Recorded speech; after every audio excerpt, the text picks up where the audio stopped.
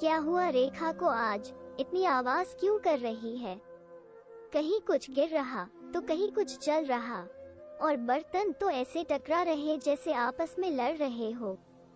रमेश ने करवट बदलते हुए सोचा, पर दिन और आवाजें बढ़ने लगी। मतलब अलमारी से कपड़े निकाल कर बेड पर और तो और कामवाली पर आते ही बरसना वगैरह वगैरह। उसे अच्छे से याद है जब वो शादी करके आई थी तो गुस्सा बहुत करती थी, और तो और कई 2 दिनों तक खाना नहीं खाती थी। तब उसे पता नहीं था तो वो परवाह नहीं करता था और खा पी कर सो जाता। पर धीरे धीरे जब उसको जानने और समझने लगा तो पहले तो रूठने का मौका ही नहीं देता था। भाई सही बात है, किसी को समझने के लिए थोड़ा वक्त तो चाहिए ही होता है। अब समझ गया तो गृहस्थी की गाड़ी दोनों की समझ बूझ से पटरी पर दौड़ने लगी। फिर कुछ भी हो जाए सब एक तरह, और ये पति पत्नी एक तरह सुनते सबकी, करते अपने मन की। अब ऐसा भी नहीं कि किसी को दुखी करते, तारीफ ही ये कि सबको खुश भी रखते।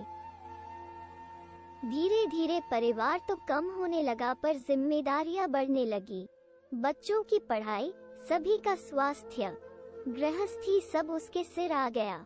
अब जब जिम्मेदारियां बढ़ती है तो कभी दो झुंझलाहट हो जाती है, और आज तो कई वर्षों बाद झुंझलाए।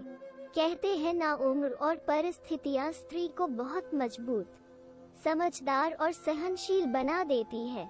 ये भी वैसे ही हो गई है, पर आज जब नहीं रहा गया तो उठा और उसका हाथ पकड़कर हमेशा की तरह अपने पास बिठा लिया और गले में बाहें डालकर माथे को चूमते हुए पूछा, क्या हुआ, क्यों गुस्सा हो?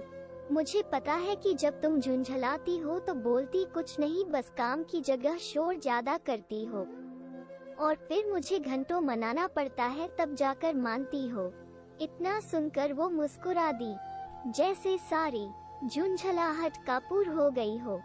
सच मूड कितना भी खराब हो पर पति का प्यार और साथ मिल जाए तो कितनी भी गुस्सा हो पर पत्नी साझा करके हल्की हो ही जाती है।